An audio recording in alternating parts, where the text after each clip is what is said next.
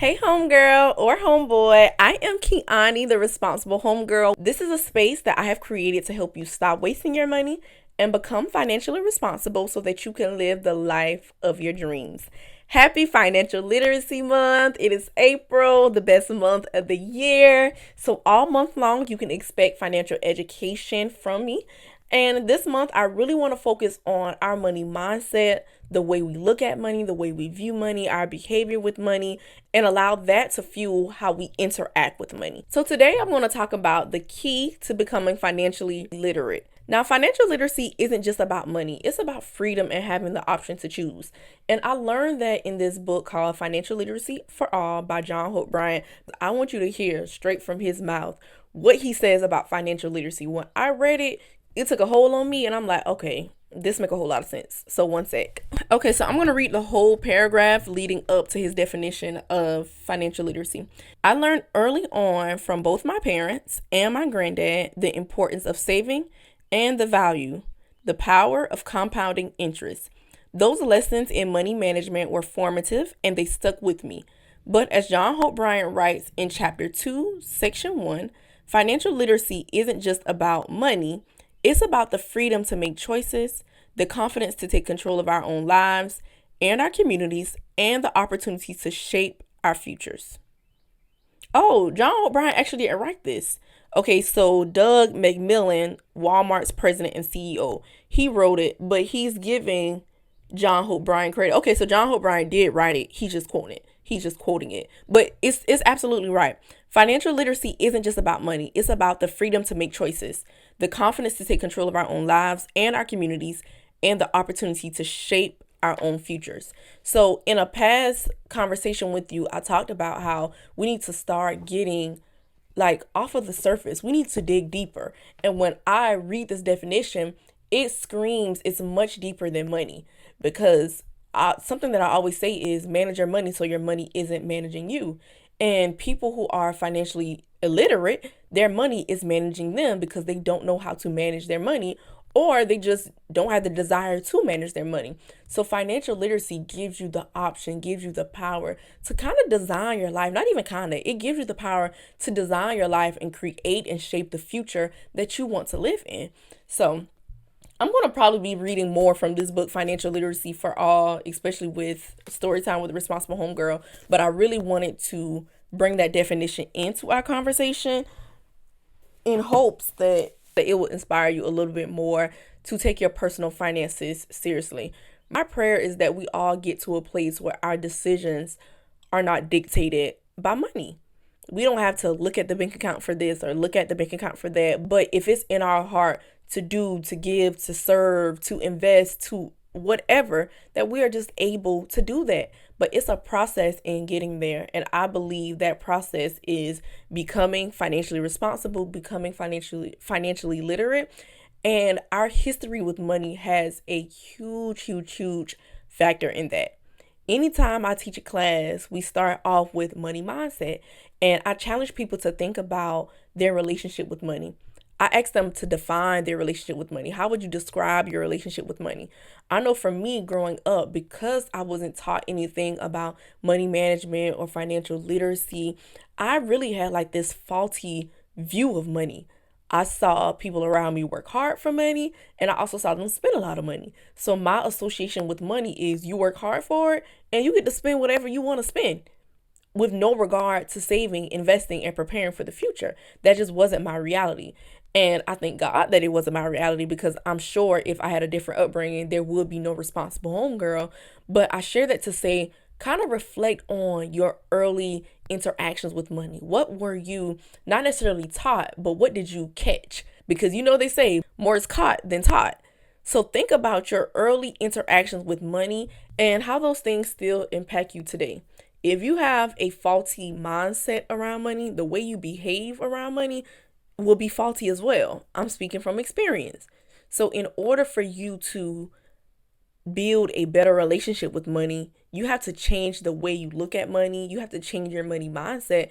And the only way that you do it is by renewing your mind. Romans 12:2.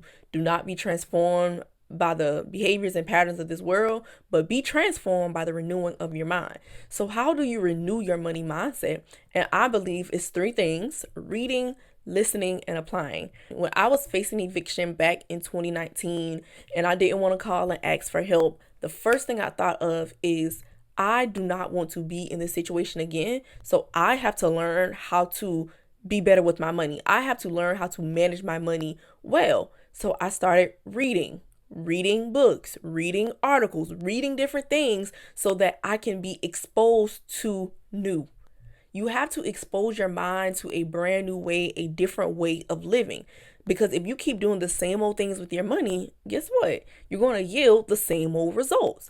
So you have to read, you have to consume information, consume financial education that is going to challenge the way that you think. And that book for me was Rich Dad, Poor Dad. When I read Rich Dad, Poor Dad, I can tell you no lie, it changed everything. It changed the way I view education. It changed the way I even thought about money. It introduced me to assets versus liabilities. It taught me just, like I say, a brand new way of dealing with money. And it is a book that I always reference and refer back to because it makes you reflect on all of the quote unquote rules, all of the things that people tell you is the right thing to do, or, go to school, get a good job, retire. It's like, no, especially if that's not what you want. Like, you got to be able to push the status quo and push the norm. And the only way that you know something is different is if you get exposed to something different. And the way that I got exposed to something different was by reading.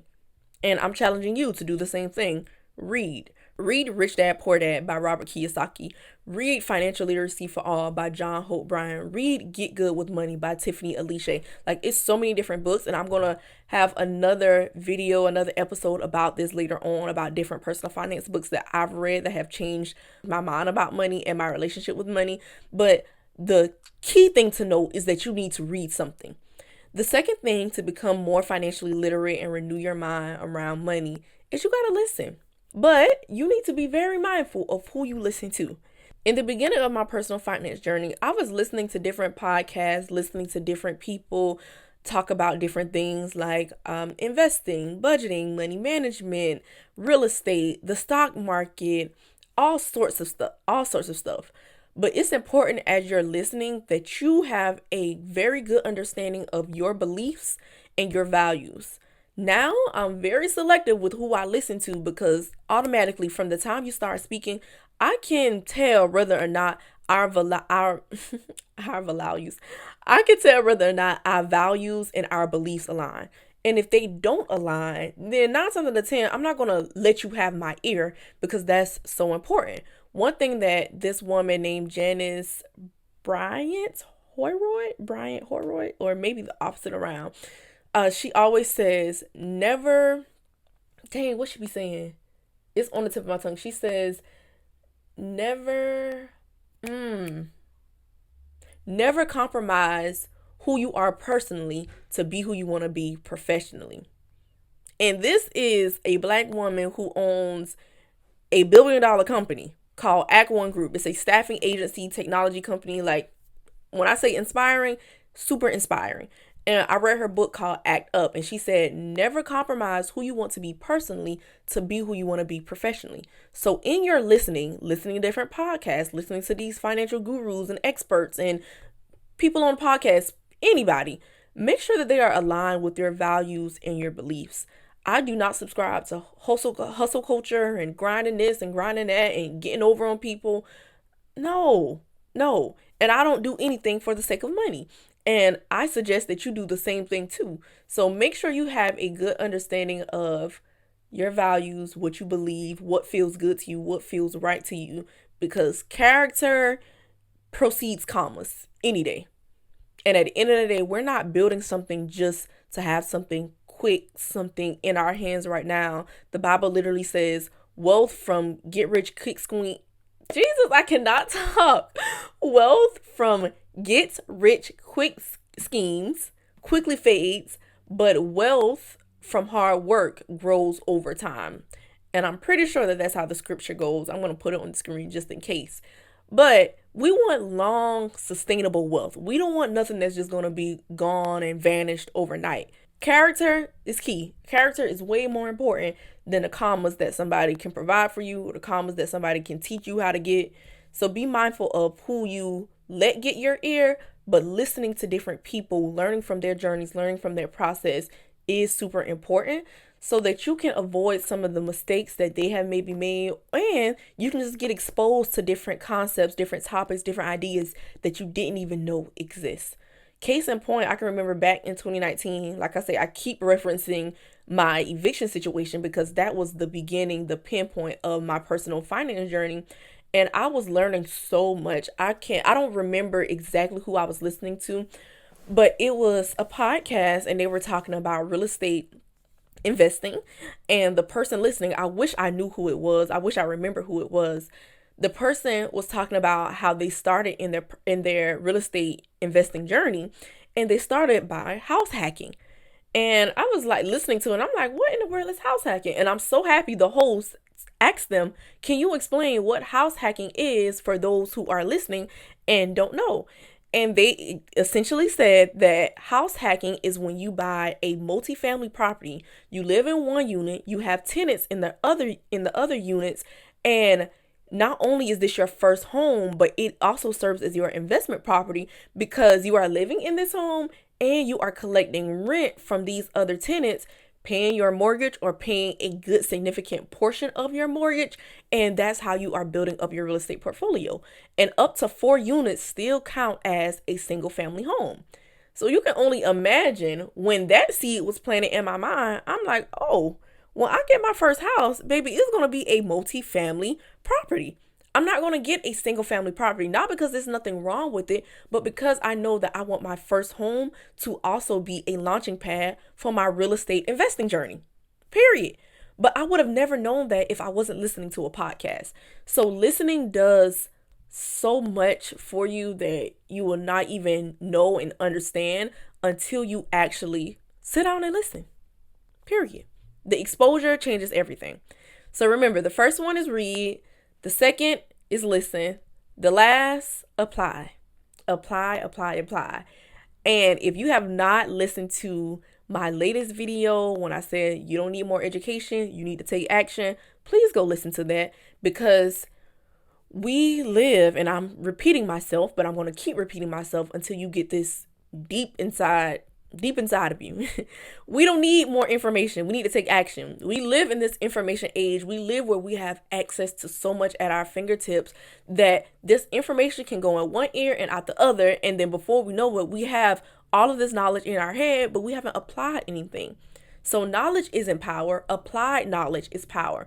So make sure you actually apply what it is that you're reading and you're listening to so that you can experience life change. So all in all, becoming financially responsible, becoming financially literate isn't just about money.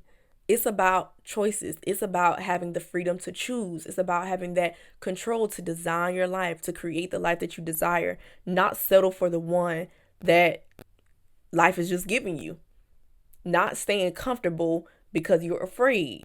No, take your personal finances seriously and make a commitment to become financially responsible, to become financially literate by reading, listening, and applying. And if you do those 3 things, I promise you, your mindset around money will start changing, your relationship with money will start changing, and you will enjoy this beautiful process of becoming. No, you probably won't reach your goals overnight, and not even probably, you won't reach your goals overnight, but the things that you will learn and how you will grow will literally be mind-blowing. So read, listen, and apply so that you can renew your mindset around money. So the key to becoming financially literate is reading, listening, and applying. I hope that this video was helpful for you. Make sure you like it. Subscribe to the YouTube channel if you are listening on YouTube. Share this with a friend, a homegirl, a homeboy, somebody that you know can benefit from this, especially as we are in Financial Literacy Month, because I know that there are more 20-somethings, more 30-somethings that need to hear this message. So thank you so much for being here, and I will see you in the next one. Bye.